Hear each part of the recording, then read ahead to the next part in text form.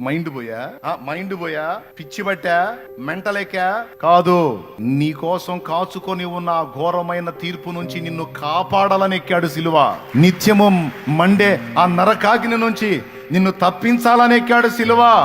పిచ్చి బట్టి కాదు. ఒక చేతిని నల్లగొట్టుకుంటే నేను పిచ్చోడన్నావు. మరి ఒళ్ళు అరికాలు మొదలు నడినెత్తి వరకు, శిర మొదలుకొని సిరిపాదం వరకు సర్వ శరీరము తూట్లు తూట్లు చీలికలు పేలికలై సిలువలో వేలాడాడు నా ప్రభు.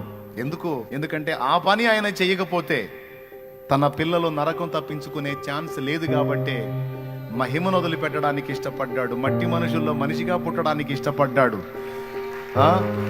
అరచేతుల దెబ్బలు తినడానికి ఇష్టపడ్డాడు. ఉమ్ములు సహించడానికి ఇష్టపడ్డాడు. కొరడా దెబ్బలు తినడానికి ఇష్టపడ్డాడు. అవమానకరమైన మాటలు పొందడానికి ఇష్టపడ్డాడు.